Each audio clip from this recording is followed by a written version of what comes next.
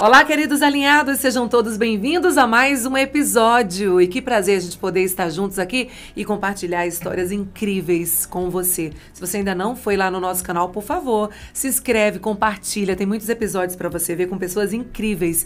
E hoje tem uma convidada também especial. A gente já acompanha ela há alguns anos e ultimamente ela repercutiu muito porque ela foi muito forte, muito empoderada na questão de defender, né, através do direito, uma família aqui de Caruaru que foi vítima de racismo, gente, e vinha sofrendo há alguns anos já, e foi uma luta para ela conseguir fazer valer esse direito. Por isso que ela está aqui com a gente, né, por esses e outros motivos. Doutora Anne Fernandes, seja bem-vinda. A gente já teve a oportunidade de conversar em outras vezes, mas hoje estou muito feliz em te receber. Obrigada, Aline. A satisfação imensa, eu acompanho o Alinhados, sempre vendo vários episódios bacanas, com pessoas muito importantes, muito interessantes, trazendo muito conhecimento. Satisfação imensa estar aqui e lhe rever. Boa, que coisa boa. Me diga uma coisa, Anne Fernandes nasceu em Caruaru? Nascida e criada em Caruaru. Caruaru da Gema. Isso, nasci na Rendeiras, né, que antigamente era Coab 3. Sim. Minha família toda morava lá. Fiquei por lá até mais ou menos os 6 anos de idade. Houve uma fatalidade na família e aí minha avó, em razão do falecimento de um tio meu que morava conosco, resolveu mudar-se, né, de endereço, e aí nós passamos a morar no Indianópolis, onde eu morei até perto da minha formatura em Direito.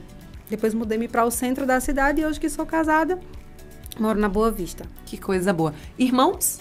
Tenho uma irmã por parte de mãe, Carla, um beijo.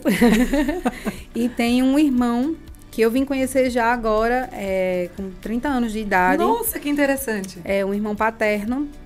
Nós não tínhamos proximidade nenhuma, até que no dia em que meu pai faleceu, nós nos conhecemos, nos vimos a primeira vez, né, e posteriormente viemos a ter mais contato. Olha que coisa boa. Então, a família pequena de irmãos, né? Mas me diz uma coisa, Carla, como é que foi o direito? Como é que o direito chegou na tua vida? Então, o direito chegou na minha vida com a necessidade de trabalho, de estudo, de oportunidade. Meu sonho era medicina. E aí, depois que você fica mais velho, que começa a entender um pouco mais, estudar um pouco mais sobre você, descobre de onde vem essa necessidade. A minha necessidade, na verdade, era do cuidar de pessoas. Sempre quis medicina, estudei para medicina, para vestibular de medicina, cheguei a ser aprovada na primeira fase. Na segunda fase, passei mal, não consegui sequer fazer a prova. E aí, não era pra ser mesmo. E aí fiquei super decepcionada e tal. E eu tenho um tio que ele era sargento do Exército, segundo sargento do Exército, aí formou-se em Direito, posteriormente era concursado do TRE. E aí ele foi e disse, se você quiser cursar Direito, você vai fazer o vestibular e se você passar, eu vou pagar o curso para você. Que incentivo. E aí eu estava inscrita no vestibular de Direito das duas faculdades que tinham à época em Caruaru, mas eram no mesmo dia a prova, eu tive que escolher a mais próxima de casa, fiz e passei. E aí fiquei naquela, não sei se é isso, não sei se é o que eu quero. Aí ele foi e disse a mim, só conhecimento é uma coisa que ninguém tira. Isso, ninguém rouba de você. Ninguém rouba, então comece. Se você não gostar, você vai continuar estudando para passar em medicina como você queria. Você tinha que idade nessa época? 16. Muito jovem? 16, estava pertinho de fazer 17 anos. E aí, entrei no curso, tinha outras amigas da época de escola que também haviam entrado, conhecendo um pouco mais, né, do direito, de como a gente consegue lutar por justiça, fazer pelas pessoas. E aí descobri a parte do direito em medicina, direito médico. Decidi que seria promotora de justiça. Olha aí. Vou estudar para ser promotora de justiça. A advocacia em si nunca tinha sido uma paixão para mim. Então, comecei o curso, conheci grandes profissionais como a doutora Paulina Queiroz, minha professora. Maravilhosa. Fantástica. Maravilhosa. E que sempre incentivou muito, sabe? Tanto a prática da advocacia em si, quanto o não deixar de estudar, ainda que fosse para um concurso, mas Sim. a advocacia em si você precisa estar se atualizando. Eu acho que é uma das áreas que mais você precisa estudar diariamente mesmo, né, doutora Anne? Muda todos os dias tem uma regra diferente, e às vezes uma regra de uma regra que já existia, sabe? E aí nisso, comecei a gostar do curso, a gostar da profissão, a me interessar. Quando entrei nas cadeiras de prática, comecei estágio, comecei a ver que poderia ser diferente. Aí tomou gosto, assim. Aí tomei gosto. Em 2013, eu já estagiava, né? Em 2013 fui convidada para ser assistente jurídica em um escritório. Comecei a aprender em outras áreas para identificar também a área que eu mais gostava. E aí, em 2016, em 2013 eu me formei, em 2016 tirei minha OAB. Aliás, me formei em 2014, em setembro de 2014. Aí em 2016 tirei minha OAB, comecei a advogar juntamente com meu esposo. Que também é da área de direito. Que também somos advogados juntos, hoje o escritório é nosso. Que coisa boa. E aí comecei exclusivamente para oferir renda, né? Cobrando honorários com direito criminal e direito do trabalho, porque eu gostava, tenho especialização em direito criminal, comecei uma pós-graduação em direito do trabalho, tinha afinidade também, e de forma pro bono, comecei a atender direito médico. Então, as pessoas que tinham necessidade de uma liminar, de um requerimento, e não tinham condições, a Defensoria Pública muitas vezes estava abarrotada, não conseguia atender, eu atuava pro bono. E aí comecei a fazer parte da comissão de saúde da OAB Caruaru, me tornei presidente da comissão, desenvolvendo um trabalho muito bacana lá. À época a gestão era de Felipe Sampaio, posteriormente Fernando Júnior. E aí foi fluindo, sabe? Continuei com o direito criminal e o direito do trabalho. E nas causas pro bonos, a grande parte dela, boa parte delas, é voltada para a saúde ou causas sociais. Isso é uma demanda muito, muito importante, né? E assim, até que o judiciário tem muita sensibilidade nesse aspecto de correr atrás, dar celeridade nesse aspecto, né, doutora? Isso, principalmente porque a vida, ela, de uma pessoa que está necessitando de um atendimento, ela tem urgência. Um remédio, né? um medicamento. Isso, ela tem uma urgência. Então, quando a gente analisa toda a situação e verifica que é caso de judicializar, é muito rápido. Ainda que vá se discutir depois se realmente aquele direito existia, mas naquele momento vai ser suprido. Depois discute o restante. E aí, o que mais você se identificou nessa área seria o quê? A área de saúde mesmo ou a área... O direito criminal. Até porque o direito criminal abrange muito. Eu tenho causas envolvendo saúde no direito criminal. A situação que envolve racismo ou causas sociais envolve direito criminal. Sabe? Até em situações de processo do trabalho, eu tenho causas criminais. Muito interessante. Então, o criminal está sempre em jogo ali, né? Para mim, acabou abraçando todas as outras. Que interessante. E é o que você mais hoje atua mesmo? Isso. Hoje, profissionalmente, eu tenho assessorias trabalhistas, eu trabalho para empresas, com o direito do trabalho, e o direito criminal em demandas bem específicas. E aí você se achou, né? Porque você entendeu ali que ali eu estou em busca de atender e ajudar as pessoas nos seus direitos mesmo, né? Exatamente. Em algumas situações, eu até cheguei a postar um vídeo recentemente falando, em algumas situações você acaba desacreditando da justiça. Mesmo como profissional da justiça, porque você vê a morosidade, a ausência de interesse em determinadas situações por pessoas que deveriam fazer mais, sabe? Mas quando você alcança o direito, recentemente, em uma situação que me emocionou muito também, um pedido liminar de uma criança de 2 meses, que estava precisando de uma UTI e estava sendo negado por questão de carência, de convênio, enfim. E a criança estava precisando da UTI porque não conseguia respirar. A família mandou para mim 11 horas da noite o vídeo da criança sem respirar. Meu Deus. E a unidade recusando, dizendo, não, enquanto a justiça não der uma liminar, a gente não coloca. E fiz a petição, o requerimento, tudo. 10 horas eu protocolei. 10h45 eu estava com a liminar na mão. Eu chorava desesperadamente no balcão, ligando para que fosse cumprida, para que o hospital recebesse. Aí fui no hospital levar para a assistente social, para que ela pudesse, independente de ser intimada, já dar cumprimento, sabe? Eu acho que é um dos motivos de eu não atuar profissionalmente, diretamente, com essas causas, porque eu acabo me envolvendo muito. O coração fala mais alto, né? As emoções. Eu acho que enquanto profissional e ser humano, não tem como você não se envolver, né? Numa situação como essa. A vontade é você abraçar e querer resolver logo, né? E quando você vê muitas injustiças, acaba que você... A vontade é de resolver com as próprias mãos. Eu acredito. Sabe? Mas, graças a Deus, eu tenho tido muita sorte, assim, das pessoas precisarem e eu conseguir abraçá-las e auxiliá-las de forma que a justiça resolve e fica bom para ambos os lados, as partes, né? Imagino. Essa questão da morosidade da justiça é uma coisa que não é de hoje, né? Infelizmente, o judiciário ele enfrenta muita dificuldade em diversos fatores, né? A carência de servidor. Que é uma questão séria, né? A carência de servidor, o índice de quantitativo de processos e demandas aumenta, né? E os servidores, por mais que haja concurso público, existe o provimento de cargos das pessoas que vão ser convocadas, mas tem também aquelas pessoas que precisam se ausentar por motivo de saúde, aquelas pessoas que estão se aposentando e que fazem parte do serviço público. Com a ausência dessas pessoas, obviamente, alguém vai ter que substituir. E aí fica uma carga pesada mesmo. Fica uma carga pesada. E agora nós temos enfrentado, o grupo da advocacia em si tem enfrentado algumas dificuldades, por quê? Agora, determinados movimentos processuais são diretamente requeridos a uma subdivisão do tribunal que chama diretoria. Tem a diretoria civil e a diretoria criminal. Ela tinha uma unidade em Caruaru, não tem mais, agora é no Recife, e aí tudo é remotamente. Você liga inúmeras vezes, às vezes não consegue. Eu estou há 3 dias ligando para a diretoria civil para conseguir o andamento de um processo e simplesmente não consegue. Por que saiu de Caruaru? Se a gente tem uma demanda tão importante e assim, a quantidade de profissionais, que eu digo que a gente tem um celeiro aqui, né, de advogados e advogadas, assim, estritamente, sabe, responsáveis, que correm atrás mesmo. Como é que a gente perde isso? Decisão do tribunal, da presidência do tribunal. Eu acho que a intenção real era unificar para facilitar o acesso. Só que quando você passa o acesso para um atendimento remoto, por telefone ou por e-mail... Aí dificulta tudo. Você não tem veja, se já falta servidor nas varas, imagina numa diretoria servidor suficiente para atender e responder a todo mundo. Acaba dificultando. O estado inteiro, na verdade, né?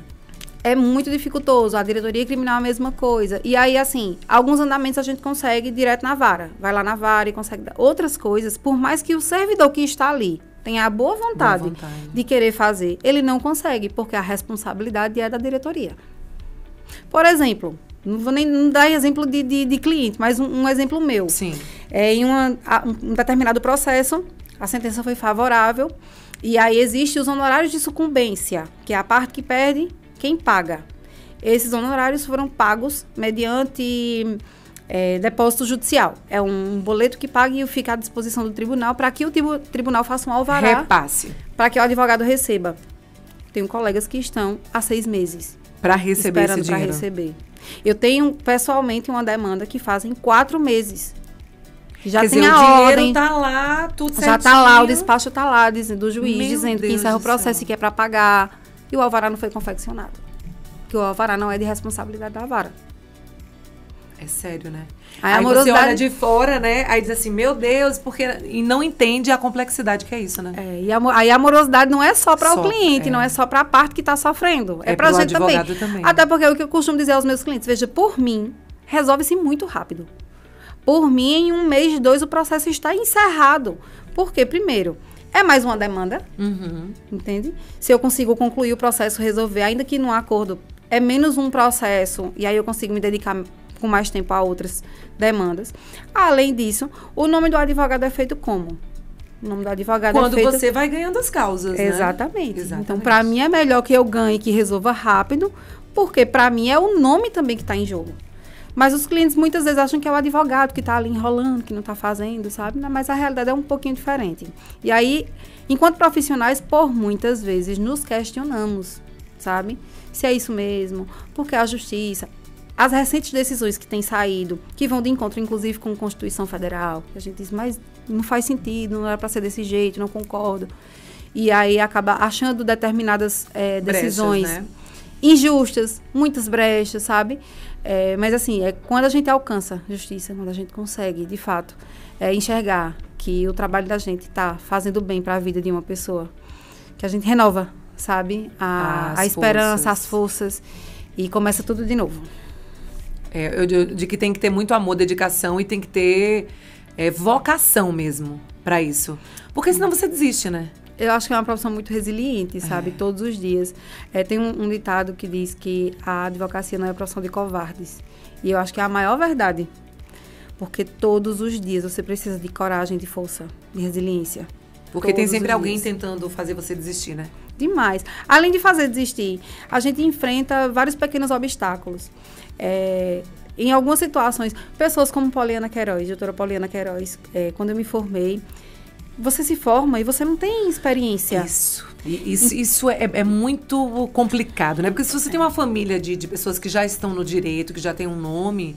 As portas estão abertas. Mas para você que é o primeiro da fila, e aí? Pois é. E aí, assim, pessoas como ela... eu me lembro como hoje, eu peguei o segundo caso criminal e tinha uma situação bem específica. Eu liguei para ela, me ajuda.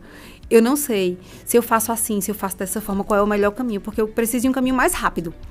E aí ela, não, você vai fazer assim, orientou, ajudou, tudo. Enquanto isso, outros que diziam assim, olha, conte comigo. Nem atender. Um bom dia, não lhe dá, sabe? E você fica, meu Deus, e agora? É você por você? Vai ter as pessoas com quem você pode contar, mas a grande maioria, você tem que se virar. Então, não é simples desde o início, principalmente para quem não tem ninguém na área, na família. Eu e meu esposo somos os primeiros da nossa família aqui, porque o meu tio é de fora, né? Ele é nascido e criado aqui também, mas hoje ele é promotor de justiça do estado do Pará. Mas ele era do TRE em Goiás. E aí, obviamente, era uma pessoa que tinha a profissão dele lá, concursada tudo direito, mas aqui não tinha portas abertas, não tinha escritório, não tinha nada. Então, nós construímos e começamos do zero e construímos e... Você lembra da primeira vez que você ganhou, assim, uma causa? Ou qual foi a causa? Lembro, porque foi uma situação... Sabe aquele... dar detalhes nem nomes, claro, né? Não, questão ética aí. Foi uma situação daquela que a gente disse assim, primeiro, que foi o primeiro processo criminal, porque trabalhista eu já tinha pego alguns. Sim. E aí a gente ganhou, porque eu inicialmente estava com os reclamantes, geralmente a parte é hipossuficiente. São poucos os casos em que o reclamante não tem razão ou que não é deferido tudo. Mas a minha maior expectativa era realmente com o direito criminal. E aí chegou no escritório uma demanda que era uma acusação de homicídio, 2 homens acusados, e era nítido que eles não tinham participado. Eram 2 homens negros de moto em um bairro de zona rural. O fato aconteceu, disseram que tinham sido 2 homens de moto, eles estavam... No lugar certo, na hora errada. Exatamente, eles estavam na esquina de casa. Um estava esperando um prato de piaba. Meu Deus. E o outro estava com uma latinha de bebida alcoólica na mão. E eles iam beber juntos. E aí a polícia chegou, mão na cabeça, leva não sei o quê. E outra pessoa disse, não foi ele, estava escuro, mas foi eles. E aí a família procura, através de uma indicação. E nós fizemos o pedido de liberdade e era a nossa maior expectativa, porque a gente sabia que não tinha sido eles de fato. Mas, ao mesmo tempo, tudo escuro, sem provas. No judiciário tem muito aquilo de o depoimento policial, tem um peso maior. Um peso, né?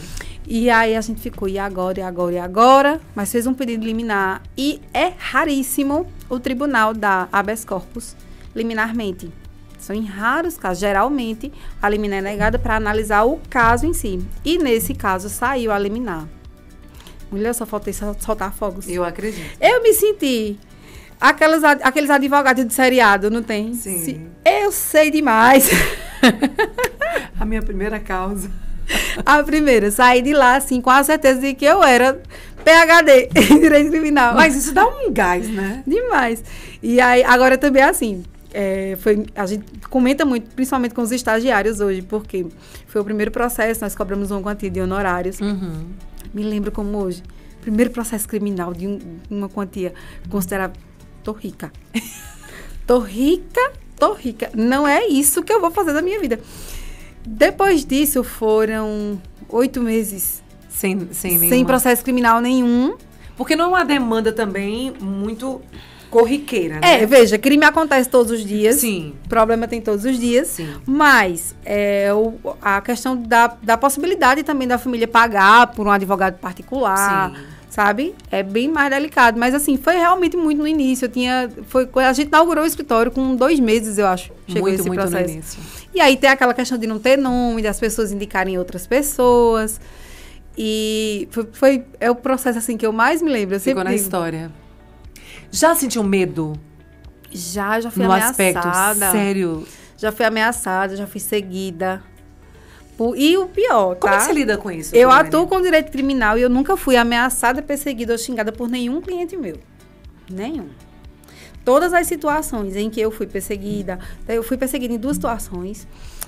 Uma voltando para Caruaru, eu estava vindo de Taquaritinga, e a outra situação, eu estava a caminho de casa.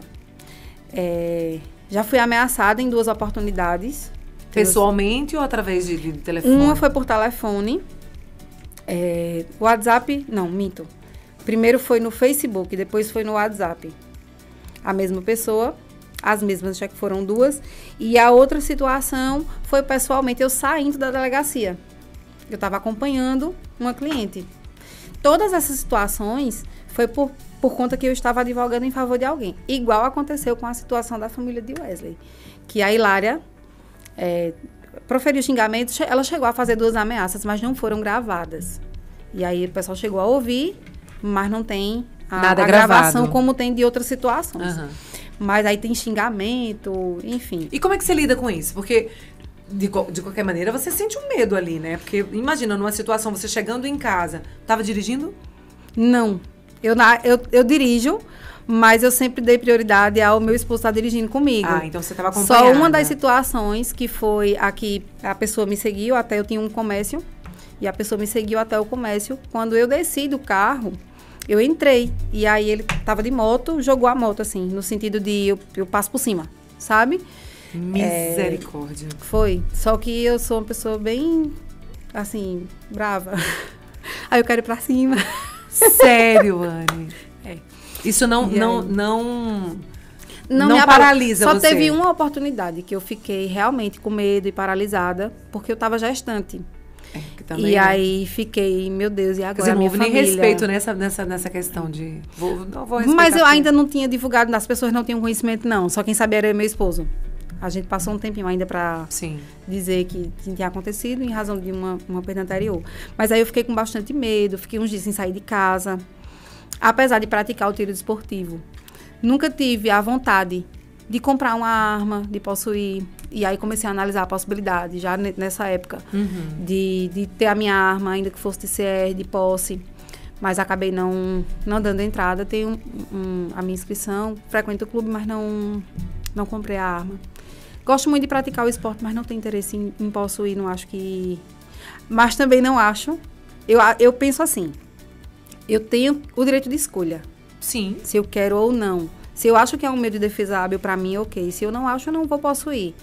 E aí não concordo muito com simplesmente a negativa imediata e que é errado, sabe? Entendi. Só que foi pode bem... ser que mude, né? Essa visão daqui a... Eu sei que dessa situação específica eu queria ir na porta do cabra, mas meu marido não deixou. Não, e tu ainda teve essa ousadia, assim, de... Se eu vou atrás dele, ele tá pensando que ele é quem? Então tu sabia quem era a pessoa? Sabia. São todos vinculados à parte contrária do processo. E nenhum é criminal. Nenhum. Todos é processo civil geralmente que discute bens. Herança... imóvel, que mexe com dinheiro. Mexe com dinheiro, mexe com bem. E aí eu tô advogando para uma parte, e a parte que me ameaça, que vem tentar me agredir de alguma forma, é a parte contrária. Entendi. Quer dizer, é interessante, né? Porque poderia ser a área criminal que mais provocasse essa situação. Existem situações em que os clientes criminais atentam contra os advogados, mas geralmente existe algo mais, sabe? Por si só, não? Não, porque... Em tese, eles precisam do advogado. Se o advogado está trabalhando certinho, fazendo tudo ok, do jeito que tem que ser eticamente, a chance, para mim, pelo menos, é mínima, sabe? Pode acontecer, mas a chance é mínima. Feito, a gente teve recentemente uma fatalidade da perda de um advogado, acho que foi na Paraíba. E ela foi assassinada junto com o cliente. Eu lembro da ela estava levando... No carro. No carro, ela estava levando ele, saindo da delegacia, né? Talvez tenha sido ingenuidade da parte dela.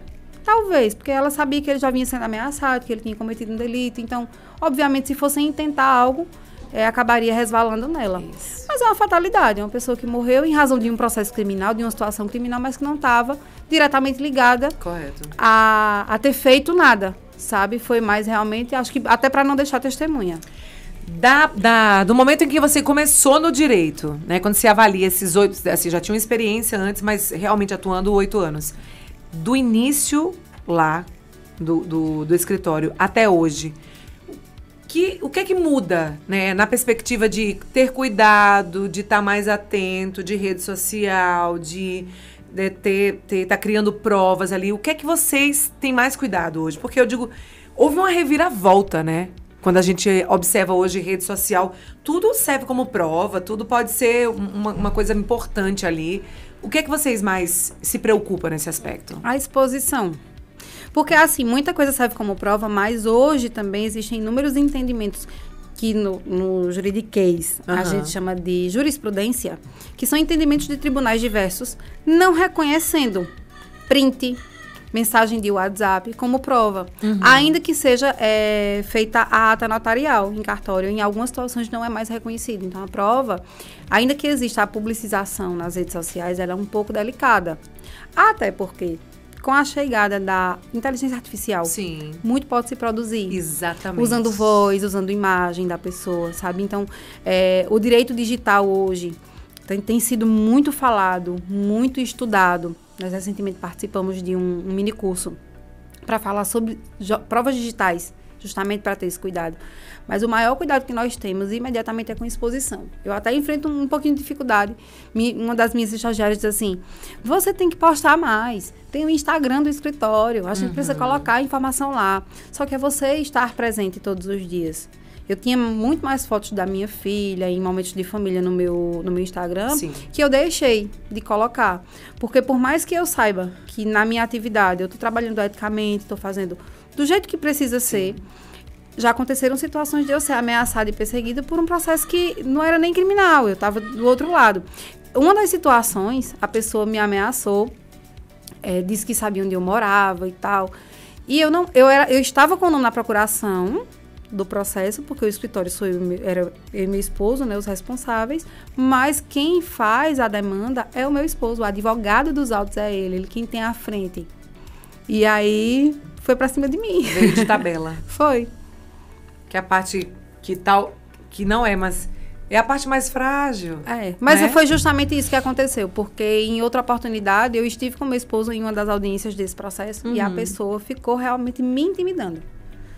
Me encarou, quando eu desci, ficou arrodeando o carro.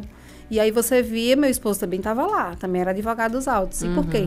Com ele nada, sabe? É por ver que é mulher, acha que é mais frágil. Aí descobre que eu não sou. Né? Tem que pagar pra ver. Pois é. Que não é. Me diz a situação de como você entra no caso sobre racismo em Caruaru. Esse caso já vinha acontecendo há mais de 2 anos. Como é que você tomou conhecimento? Como é que o cliente te procurou? Alguém indicou? Como foi isso? Então, já atuava. Mesmo. Eu tenho um amigo muito querido que hoje trabalha no Ministério Público, doutor Anderson. Ele atua pessoalmente, é advogado negro, então sabe na pele, né, o que é sofrer o racismo, a injúria, o preconceito. E aí, em várias oportunidades, principalmente na época de comissão de OAB, nós estivemos juntos. E ele sempre deixou muito claro, né, as dificuldades que enfrentava. E aí, quando começaram a surgir demandas de pessoas, antes era o caso de racismo em si, aí com agressões bem, bem pesadas, a gente via a possibilidade e a necessidade de recorrer à justiça, mas também via a sutileza com a qual a causa era tratada, porque a penalidade era mínima. E aí, muitas vezes, a pessoa sabia que ia poder fazer de novo. E aí, a gente dialogava muito sobre isso. Até que ele passou para mim, como ele não podia advogar diretamente em algumas demandas, ele sempre entrava em contato, viabilizando de que forma podia ajudar. Causas sociais, a depender do tipo de causa, eu atuava sempre pro bono. E aí, a situação de Wesley já estava sendo divulgada em rede social, só que eu não tinha assiduidade no Instagram, em Facebook. Não tinha conhecimento da causa? Não, eu já tinha visto um vídeo que uma amiga compartilhou, que era de uma mulher agredindo verbalmente outras pessoas e tudo mais. E, coincidentemente, nesse vídeo, ela fala injúrias raciais no final do vídeo, eu não achei até o final. E aí, passei. 2 semanas depois, o esposo dela é negro, são amigos pessoais. Ela e o esposo ligaram pra mim. Anny, tá acontecendo assim, com um rapaz aqui de Caruaru, eu queria ver se você não tem o que ajudar. Eles nem conhecem o Wesley, esse casal. O Wesley não faz ideia de quem é eles. Olha que coisa linda, né? Aí ligaram pra mim, vê se tu consegue ajudar, o que é que tu consegue fazer, porque eles estão sofrendo muito e tal. Aí eu fui de sol. Eu posso recebê-los, entender o que é que tá acontecendo. Mas assim, tem que partir deles, se eles tiverem interesse. E aí fui olhar o perfil. Olhei todos os vídeos, tinha tudo, desde o início lá nos destaques e tal. Olhei tudo, aí mandei mensagem. Disse, veja, é um absurdo, sou advogada. O que você precisar, eu vou estar à disposição, mas fique à vontade, reúna-se com a sua família para ver se é isso que vocês querem. Por quê? Se eu entrar é para resolver. Eu vou até o final, agora eu vou para resolver. Então, não vou, porque vão se sentir culpados depois e deixa para lá, eu não vou. Se eu começar, eu vou até o fim. Certo, aí você tem que ter certeza de que realmente é isso que você quer. E aí ele foi e disse, não, eu volto a falar com a senhora porque tem muita gente mandando mensagem. Isso ok. Fiquei aguardando. Tinha falado também com o pai dele, mas ele me respondeu primeiro. Aí eu disse a ele, falei com seu pai e tal. Enfim, passados alguns dias, ele ligou perguntando se podia ir no escritório. Eu disse, Paulo, marcamos, ele foi. E aí ele me narrou tudo do começo, como era, o que era que estava acontecendo. E que já tinha feito vários boletins de ocorrência. Chegou numa situação em que não estava nem conseguindo registrar mais. Que ela já tinha sido presa, mas tinha sido colocada em liberdade, que fazia vários boletins de ocorrência contra a família dele com acusações inverídicas e situações que estavam complicando, inclusive, profissionalmente eles. E aí eu disse a ele, já existe processo, eu vou saber descobrir quantos processos são. E por que esses processos ainda não tiveram uma decisão que fosse auxiliar a família de vocês. Entrei em contato com o Ministério Público, fui extremamente bem recebida. À época foi Dr. George. Não tinha condições de me atender presencialmente, porque estava entre uma audiência e outra, mas em razão da necessidade, me atendeu por videoconferência. E aí, no ato em que eu falei com ele, doutor, está acontecendo assim, assim, assim, a prática é reiterada, ela está quebrando as medidas cautelares, ela não colocou a tornozeleira. Narrei tudo o que estava acontecendo e eu gostaria de me habilitar como agente de acusação, para lhe auxiliar, levar novas provas, comprovar o que de fato vem acontecendo, para que o senhor tenha meios também de fazer os requerimentos necessários. Imediatamente, ele disse, doutora, faça, me ajude.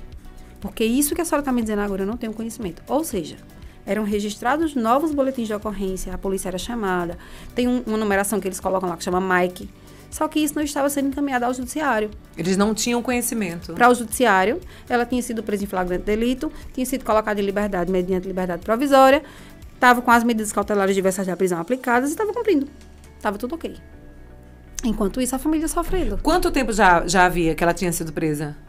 Da primeira vez? Se eu não estou enganada, porque eu sou péssima de datas. Se eu não estou enganada, tinha mais ou menos 6 meses que ela tinha sido presa em flagrante. Certo. Porque a situação já acontecia. Só que para ter o flagrante, aí foi quando a polícia foi chamada e ela conduziu tudo mais. Aí tinha mais ou menos, ou era 6 ou era 8 meses.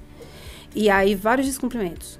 Ela continuou fazendo tudo Continuou igual. E piorou. Porque até ela ser presa era tudo só verbal e no máximo jogar pedras. E ela jogava pedras no telhado. Posteriormente, ela começou a agredir mais, a jogar pedras na porta, no quintal, quando o filho mais novo estava no quintal, uma criança com 6 anos e meio, 7 anos. Ela começou a jogar tijolo no quintal, quando escutava que ele estava brincando. Tem uma cena que ela pega, a gente pode até colocar aqui na edição para mostrar às pessoas, uma cena que ela joga um tijolo, tenta jogar um tijolo na moto que está estacionada na frente de casa. Aquele vídeo foi ela quem postou. Aquele vídeo é do Facebook dela. Eu baixei do Facebook dela. Ela saiu... Além de fazer, ela filmava e divulgava. Isso. Porque na casa deles não tem câmera. Quem tinha era na casa dela. E aí ela vai e filma e coloca no Facebook dela. Ela saindo e jogando um tijolo na motocicleta dele. Aí, nesse dia, já foi agora... Recente. Foi recente, esse foi em junho, essa situação. E aí já 2 anos calejados, né? Sofrendo e buscando justiça e tudo parado. Eu fico imaginando a situação, o emocional dessa família. Porque tu imagina você morar vizinho com alguém que te xinga todos os dias, meu Deus do céu, eu não sei nem o que dizer. Eu digo a você que esse processo me ensinou muito mais do que os 8 anos de profissão. Porque o nível de fé, o nível de amor ao próximo, de resiliência, sabe? A paciência dessas pessoas. É incrível, assim. E pronto. Eles nunca tiveram vontade de sair da casa, de ir pra... Porque assim... Vontade eu acho que sim. No mínimo, a casa era própria. É própria. A vontade eu acho que sim, mas a casa deles... primeiro era a casa da avó de Wesley. E aí tinha um terreno, eles construíram. Os pais dele construíram e depois um filho construiu em cima. Então, foi construída por eles. O maior sacrifício, Um sacrifício, no suor, na raça, trabalhando, sabe? Aí você se vê... Essa pessoa já era de lá? Não. Ela foi morar lá tem mais ou menos 10 anos. Eles moram lá há 31, eu acho. Nessa faixa. E sempre foi assim ou foi uma coisa que aconteceu? Ela sempre proferia palavras de baixo calão e agressões verbais, só que nunca foram direcionadas até 2 anos atrás. Então, talvez ela já fazia isso. E eles não identificavam que era pra eles. Entendi. Eles não eles imaginavam, né? Passou a fazer sentido de 2 anos pra frente. Porque ela começou a dar nome. Entendi. Entendeu? E aí foi quando eles começaram a compreender que era com eles. Só que assim, enquanto ela só agredia verbalmente, esculhambava, eles fingiam que não era com eles. E seguiam a vida deles normalmente. Até que ela passou a jogar pedras, a prejudicar a vida social deles, a danificar a casa. De casa mesmo. Fezes na área da frente da garagem, ameaçando botar fogo no carro da família. O irmãozinho dele não podia mais brincar na rua e quando estava no quintal ela jogava tijolo. Aí uma vez o pai dele foi lá questionar, por que você fez isso? Não estourou a cabeça daquele, sabe? E aí assim, absurdo demais. A primeira e única oportunidade em que foi feito algo da parte deles, tirando os boletins de ocorrência, foi no dia que ela jogou esse tijolo na moto, que o Wesley, ela postou esse vídeo também. O Wesley vai e pega um tijolo e joga na rede elétrica, na cerca elétrica. Só que ele tem o cuidado de olhar se tem alguém antes de jogar. Ele olha se tem alguém para ver se não vai machucar ninguém, né? Para poder jogar. E aí, no vídeo que ela postou, a Hilária postou, ela postou primeiro o dele e depois o dela. Como se fosse uma resposta à agressão dele. Isso, só que ela não observa que no vídeo que ela mesma posta tem data e horário. E aí, o horário dele é posterior. E aí, não dá para ouvir a família dizendo, não, Wesley, não, deixa, justamente para que ele não fizesse nada. Só que tem uma hora que... Chega uma hora que explode, sabe? Ninguém é de ferro. Eu não estava presente no dia em que houve a prisão dela, mas é o que sempre me emocionou desde o início. Primeiro que, quando ele trouxe para mim a situação, eu já tinha certeza absoluta de que eu queria fazer alguma coisa pela família, porque a cor da pele não é motivo para nada. Nada. Absolutamente nada. E quando ele me relatou a situação do irmão dele... uma criança, né? Uma criança, agredida, com medo. Ele dormia antes no quarto, não dormia mais se o irmão não tivesse. Ele só dormia se fosse com alguém. Ele não ficava em um cômodo da casa sozinho. Ele não saía para brincar na rua nem andar de bicicleta porque ela ameaçava. E eram ameaças bem pesadas.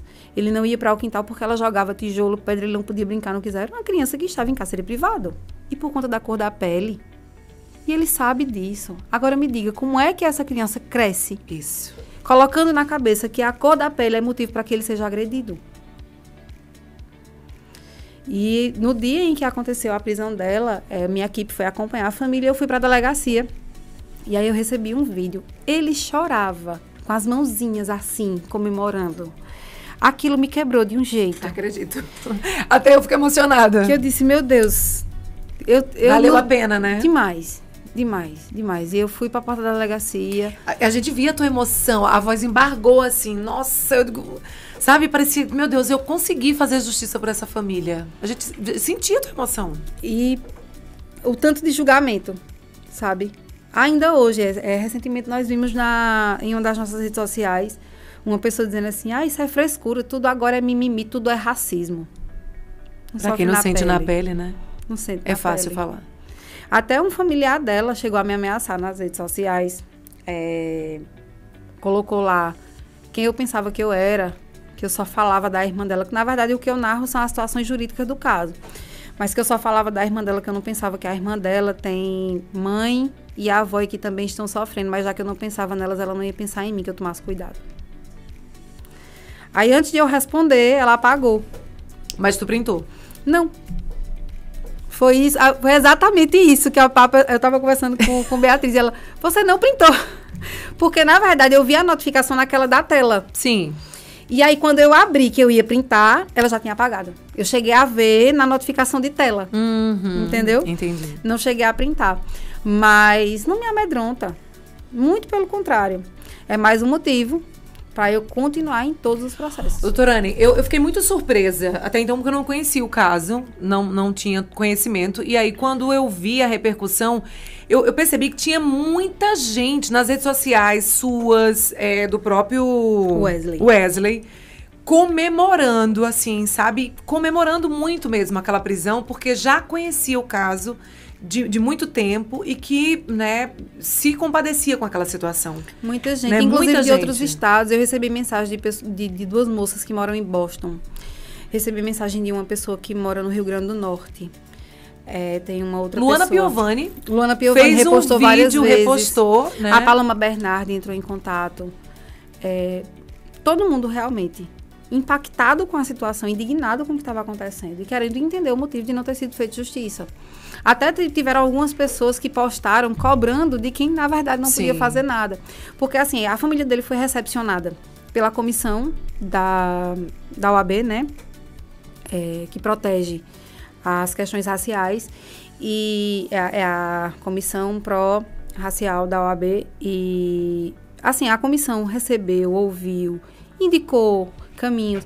Mas a comissão em si não pode atuar juridicamente. Ela não tem a capacidade de as pessoas acabavam cobrando da comissão. E as pessoas faziam, só postou e não fez nada. Tiveram outras pessoas que receberam a família, ouviram tal, e efetivamente fazer algo não fizeram, que poderiam. Mas, assim, é extremamente delicado. Veja, de um lado, eu, Anne, penso o seguinte, poxa, se eu sou profissional da área, eu sei o que pode ser feito, eu sei que tem uma família sofrendo, não vai me fazer mais rica ou mais pobre ajudar essa família, ainda que não tenham condições financeiras. Mas, ao mesmo tempo, eu também enxergo que outras pessoas... Tem aquele tato que diz assim, não me peça para lhe dar de graça a única coisa que eu tenho para vender. Entendi. Então, se a pessoa faz daquilo profissão e é dali que ofere a renda, muito provavelmente era uma pessoa que não tinha condições de assumir aquele processo por questão financeira também. Pessoais, porque né? tem uma demanda, sabe? É semanalmente, é diligenciar, é estar no fórum, é ir lá, é conversar, é juntar prova. Eu fui 2 vezes na casa de Wesley, uma delas 2 horas da manhã. A necessidade chama, o processo pede, o buscar a justiça. Mas nem todo mundo tá disposto. E aí, assim, longe do julgamento, eu sei que teve pessoas que poderiam ter feito algo e não fizeram por qualquer motivo que seja, não faço ideia do motivo. Mas, quando recebi, expliquei para eles toda a situação. E a primeira preocupação foi, doutora, a gente não pode lhe pagar isso, eu não estou pedindo R$1. A gente vai buscar a justiça. No dia em que vocês disserem a mim assim... fulano tá brincando na rua, a gente tá dormindo em paz, a gente consegue dormir, porque o Wesley pessoalmente, mais ainda, o Wesley trabalha com montagem de palco, com evento, e aí geralmente é à noite, quando ele chega em casa, 5h30, a hora de descansar, era quando começava a zoada. E aí, assim, eu sei lá, no dia que vocês disseram assim, a gente tá em paz, eu recebi, tá tudo certo. E aí comecei correndo atrás e busca. A Poliana me aconselhou muito, que eu fazia, eu vou na casa dela. Não, você não vai. Você não pode perder seu direito. Você não vai. Foi no dia que ela me agrediu e preferiu falar, eu vou atrás dela. E Poliana, não, você não vai. Você não vai. A gente vai aguardar e vai fazer do jeito que está fazendo com os processos de Wesley. Tem calma. Porque no caso das agressões a mim, tem a questão de prerrogativa, né, do advogado e da OAB. As agressões foram em razão da minha atividade. Você estava na casa de Wesley quando ela te agrediu? Não, foi por vídeo. Ele gravou ela esculhambando e falando lá, as palavras de baixo calão que ela colocou, da advogadazinha. Ela fala com essa palavra, advogadazinha. Eu digo, mas mulher, ainda no diminutivo. Não basta humilhar, tem que reduzir. Se eu tô com vontade de ir na casa dela e falar, não, você não vai. Você não vai, a gente vai buscar realmente a defesa de prerrogativas. Aí, quando eu postei o vídeo, antes de entrar em contato com a OAB, imediatamente, a vice-presidente ligou para mim a pedido do presidente para que eu fosse lá, para que pudesse explicar o que aconteceu e a OAB oficiar para que fosse instaurado o procedimento necessário, tudo. Houve esse acolhimento extremamente importante, né? O advogado se sente fortalecido. E aí tem esse outro procedimento fora os 3 que já existem, de Wesley e mais um, que muito provavelmente vai sair também por conta dos novos delitos que ela cometeu antes de ser presa. Ela vinha com a injúria racial, a ameaça, a depredação e calúnia e difamação. Mas antes de ser presa, ela começou a praticar o stalking. O que é stalking? Fala a língua da gente. Pois é. Nas redes sociais, ela começou a perseguir os familiares dele. Ah, stalkear, entendi. E aí, postou fotos. Pensei que era um termo jurídico, minha gente. Não. Não tem nada de termo jurídico. Ela passou a postar fotos pessoais deles. Esse é o fulano. E aí, dizia algumas coisas. Postou foto minha. Que eu era mentirosa, que... várias coisas, enfim. E aí nós também tínhamos esse procedimento, que inclusive já tinha sido comunicado no processo, mas como já tinha denúncia, não podia ser incluído em fase de sentença. Então, provavelmente vai ter mais esse procedimento. É um AMP a mais, né? Um AMP a mais. Isso. E vou buscar justiça em cada um deles. Muito bem. Pessoal, muita gente dizendo assim, ela pegou e saiu, mas com 3 meses ela tá na rua. Não tá. Para que as pessoas possam entender quanto tempo, né, ficou a sentença dela? A sentença dela foi de 10 anos, 6 meses e alguns dias multa, porque a pena ela é dividida, né, na dosimetria. No caso, ela é réu primária. Ela é réu primária. E isso haveria uma diminuição de pena por ser réu primária? Isso, mas na verdade não é mas ela já tinha... A redução de pena... Não tinha sido presa antes? A questão é o seguinte, ela foi presa antes, preventivamente. Aliás, ela foi presa em flagrante, em razão do delito, que se tornou o processo. Entendi. Entendeu? Entendi. E aí, pelo fato de ela ser primária, não daria diretamente o direito a ela de uma redução. E se a questão de confissão, só que ela não compareceu à audiência, que era a de instrução e julgamento. Uhum. Já existia, são 3 processos, né? Em 2, tinha o pedido de prisão, após a apresentação de novas provas que nós fizemos. Tinha lá no início um pedido da delegada, mas já tinha sido superado, porque ela tinha sido colocada em liberdade mediante liberdade provisória. Aí tinha 2 do Ministério Público, que foram feitos após a nossa habilitação, requerendo a prisão dela. E nesse terceiro processo, que é o que ela já foi sentenciada, nós tínhamos também postulado que o Ministério Público, juntado às novas provas, ia pedir ao Ministério Público que pugnasse pela prisão dela. Só que já estava com a audiência marcada. E aí a juíza disse, não, a gente vai aguardar a data da audiência para se manifestar sobre esse pedido em específico. Muito provavelmente porque queria ouvir as vítimas também. Uhum. No dia da audiência ela não compareceu. As vítimas foram todas ouvidas. E aí, ao final, a promotora já fez as alegações finais. A defesa que estava presente para ela também fez. E aí reiterou-se para a análise do pedido de prisão. Foi na quarta-feira a audiência. Na sexta-feira, tomamos conhecimento da expedição do mandado de prisão preventiva. E aí estava aguardando cumprimento, só que parece que adivinha que ela não estava em casa. Até que quando ela chegou em casa, alguém entrou em contato com um policiamento, acho que através de 190 para denunciar. E aí ela foi presa. No momento em que ela foi presa, estava todo mundo dentro de casa. Ninguém sabia que horas a polícia ia, como ela que ia fazer. Sim. As pessoas começaram a tomar conhecimento da prisão dela por conta do escândalo que ela fez. Ela começou a agredir os policiais. Na prisão? Na prisão. E aí os vizinhos começaram a ouvir, o Wesley estava em casa, ouviu, aí saíram. Foi quando perceberam que era a prisão dela, não pode filmar, não pode, a polícia não permite, né, que filme. Mas na delegacia, eu sabia que, por mais que os policiais dissessem que não pode filmar, ia ser filmado. Eu ia ter como filmar. Na verdade, assim, a lei, pelo menos de comunicação, juridicamente falando, a gente não pode, em termos de televisão, de imagem, né? Você não pode filmar dentro da delegacia. Mas a partir do momento que sai lá ali do carro, no decorrer até, a gente pode. Exatamente. E foi o que aconteceu. Quando o Wesley disse a mim, a polícia chegou, ela está sendo levada. Eu mandei a equipe para lá, para apoiar a família, ver se eles estavam precisando de alguma coisa e me dirigi para a delegacia. Aí, quando eu cheguei, já tinha alguns colegas lá, aguardando o procedimento e tudo mais. E aí, eu já cheguei nervosa, tremendo, chorando. Pessoal, o que foi que houve? Eu disse, ela foi presa. Finalmente, ela foi presa. E todo mundo já sabia quem era e por que era. Entendi. Aí, tava lá algumas mídias locais, né? Sim. Filmaram também. Até tem uma das filmagens de um canal específico que tem eu andando, filmando. Hilária. É isso. Você tá mentindo. É uma família inteira prejudicada por você e tal. Depois eu fiquei olhando, meu Deus. E o repórter dizia assim, você foi acusada, tudo mentira. Tudo mentira, eu era estuprada. Minha gente. Onde é que ela tirou, né, essa...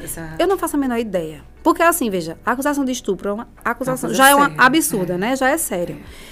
Quando você registra um boletim de ocorrência dizendo que foi estuprado, o mínimo que vai acontecer é você ser levada para fazer exame, é ser acolhido por um psicólogo. Delito, nunca ouvi isso. Nunca ouvi isso. E aí, eu falo muito no vídeo, então depois eu fiquei olhando, meu Deus, a mulher sendo presa e eu lá. Mas é a indignação mesmo, e assim, de entender que, nossa, estava sendo feita justiça, né? Você lutou tanto para isso. Foram muitas mensagens de carinho. Muita gente ficou com dúvida com relação à sentença dela porque foi alta. Eu tenho mais 3 demandas que envolvem racismo também. Uma delas é com uma criança de 8 anos aqui de Caruaru. E aí eu nunca postei sobre a situação, mas nunca falei nada. Até porque não pode demonstrar a criança, nem disse né? à mãe que postasse nada. Apesar que ela recentemente fez um vídeo lá e postou, mas eu disse, olha, só tem cuidado. Porque expõe a sua filha, uma criança. Ela não precisa dessa exposição, porque as pessoas vão abordar. É contigo, sabe? E para a criança, às vezes, é mais complicado compreender certas coisas. Mas são outras demandas também paradas há 8 meses. E aí, depois que eu me habilitei, consegui levar novas provas, impulsionar, requerer uma audiência para fazer com que realmente... Eu acho que depois que o caso como esse repercute dessa maneira, há uma sensibilidade. E até assim, a própria sociedade vai cobrar mais, né? Peraí, não se pode passar tanto tempo sem haver justiça. Então, acho que as coisas vão ganhar uma celeridade maior, né? Uma necessidade realmente muito grande é de diligenciar nos processos. A vítima, ela é representada pelo Ministério Público. Uhum. E a gente tem que ter em mente que o promotor de justiça, ele é um por vara. Então, se tiver 50 mil processos na vara, o promotor de justiça é responsável pelos andamentos daquele processo. E, obviamente, ele não consegue ser tão diligente quanto um advogado que se habilita ali para auxiliar de alguma forma. Não são todos os promotores que aceitam a habilitação como agente de acusação, não é em todos os casos também que é necessário. Mas, assim, em determinados casos, principalmente por questão de celeridade, é necessário. Quantos e quantos casos nós não vimos? De 2 anos para cá, de situações em que a reiterada prática de racismo, de injúria racial, de agressão por conta da cor da pele não acabou em uma fatalidade. Essa semana, o Fantástico divulgou, inclusive, uma professora de música que era argentina e veio fazer um curso no Brasil. Inclusive, ela trabalha com expressões, né, de animais, e isso dentro do contexto pedagógico é válido, pode, mas ela sai com um colega que é um professor de música do Brasil e eles vão para um pagode no Rio de Janeiro, no centro do Rio, uma roda de samba, e eles fazem gestos de macacos, ficam dançando lá, assim, que contexto pedagógico caberia aquele tipo de comportamento? E uma das pessoas que estava na roda achou muito estranho aquilo, né? Aquela situação, e filmou isso. E aí jogou nas redes e repercutiu do jeito que repercutiu. Ele perdeu o emprego, a pessoa da Argentina disse que não via nada demais no que ela estava fazendo, porque isso pode acontecer, né? Pedagogicamente, enfim. Muita gente diz assim, o tribunal da internet. Mas, infelizmente ou felizmente, muito se está alcançando justamente por conta de repercussão nas redes sociais. Se não fosse as redes sociais, a situação de Wesley não tinha chegado para mim. Não tendo chegado para mim, quanto mais tempo eles iriam aguardar até que o judiciário finalmente tomasse conhecimento de que ela não estava cumprindo as medidas e que continuava agredindo eles. E talvez nem soubesse, né? Por quanto mais tempo essa família ia aguentar, calada, essa situação, sem fazer nada. Porque os casos que a gente toma conhecimento, acho que o ano passado teve uma situação, era exatamente isso. A mulher, o vizinho, um homem, não aceitava uma família negra que morava vizinha dele, jogava casca de banana, jogava lixo na porta deles. Até que um dia, o filho, não aguentando, foi tirar satisfações com ele, aí ele matou o rapaz negro. Não lembro se foi com tiro, ou com outra coisa, mas ele chegou a matar. E aí, na época, acho que foi no ano passado, na época saiu no Fantástico e tudo mais. Veja, não tinha 6 meses que essa família tinha acabado de se mudar para essa residência, estava passando por isso, chegou uma hora que a paciência não deu. sabe? E aí, o que o rapaz fez foi tirar satisfação. Ele não foi agredir, não foi Sim. fazer nada. E teve a vida ceifada. Porque é negro e não podia questionar. Inúmeros outros casos acontecem, a gente sequer tem conhecimento. Não, eu acredito. Quantas e quantas pessoas não devem sofrer caladas e não têm coragem, muitas vezes, nem de denunciar, porque muitas vezes não tem esse Acha que não vai acolhimento. dar em nada. Não, e assim, às vezes não tem um advogado que diz assim, eu me proponho a ajudar você, independente do que você me pague ou não, mas isso aqui vai ser sabe, eu vou honrar, sabe, o meu direito, fazendo com que você seja, como é que eu vou dizer, meu Deus, que você seja atendido no seu direito. Porque, assim, não é todo mundo, convenhamos, não é todo advogado, como você disse, você fala sobre as razões e a gente entende que vai abrir mão dos honorários, de ser pago e tudo mais, numa situação como essa, né, que vai se dispor até 2 horas da manhã para pegar a prova na casa da pessoa, que vai estar... Não é todo advogado. E ele que a família estava bem preocupada, porque eles sabem, né, que eu só tô com a minha filha à noite. Sim. E aí, eu deixei minha filha com meu esposo, dormindo, ela quietinha lá, eu disse, ó, qualquer coisa você liga. Eu lá, e eles, olha, sua filha, vá pra casa, a gente se vira, a gente já tá acostumado com isso, a gente tá passando por isso há muito tempo. Na cabeça deles, era estressante, era um absurdo, martírio. mas eles já estavam acostumados. E aí eu olhei pra eles e disse, mas vocês não tem que se acostumar com isso, porque isso não é normal. Isso não é normal. O normal é, nesse horário, vocês estarem dormindo, assistindo filme, fazendo o que vocês quiserem na casa de vocês em paz. Costume, a gente se acostuma com coisa boa.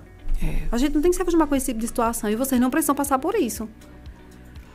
E, assim, realmente, eu aprendi muito com eles. Ainda aprendo, sabe? São pessoas incríveis que não mereciam, de jeito nenhum, passar pelo que passaram. Como é que eles estão atualmente? Como é que você... Em paz.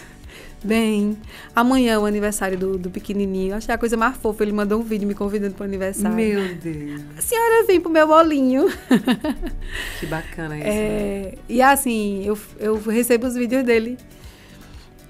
É de você ver uma criança finalmente em paz, sabe? Vivendo, alegre, poder sair. Eu não admitia. Porque você como mãe, a gente se coloca no lugar, né? De ver uma criança... tolhida do seu dia a dia, né? Das suas vivências, de brincar na rua, de ter uma vida normal como qualquer outra criança, só pela condição e pela cor de ser negro. Né? O outro caso que eu tô aqui também envolve uma criança. Os de criança me abalam muito mais. Com você. A menina tem 8 anos. A menina tem 8 anos de idade e olhando pra mãe dizendo assim: eu posso apagar a mãe? Eu posso passar uma borracha? Eu pareço um macaco. Meu Deus do céu. Imagina pra mãe lidar com isso. E a madrasta é quem faz isso. E aí o pai tem conhecimento. É conivente. Não faz nada, sabe? E você olha assim, meu Deus. Veja, fazer isso com uma pessoa, por conta da cor da pele, já é um absurdo, sem precedentes. E com uma criança, que não tem condições sequer de se defender. Isso. Ah, mas tem criança que é birrenta. Birra é diferente do poder de autodefesa. Uma criança não pode se defender. E aí vai crescer colocando na cabeça que a cor da pele dela diminui ela por qualquer motivo que seja. Como é que você vê, diante de tudo que você já tem vivenciado, as demandas que você tem tido, né, que não só foi a de Wesley, você já detalhou algumas e virão outras, né, consequentemente aí. Como é que você vê isso no futuro? Você acha que muda? Porque assim, a gente está historicamente falando, né, de como a gente foi construído ali, sabe? É complicado. Aline, sendo bem sincera, estruturalmente falando, o motivo de eu continuar lutando. É a esperança de que a mude minha alguma luta coisa, né? vai fazer mudar alguma coisa.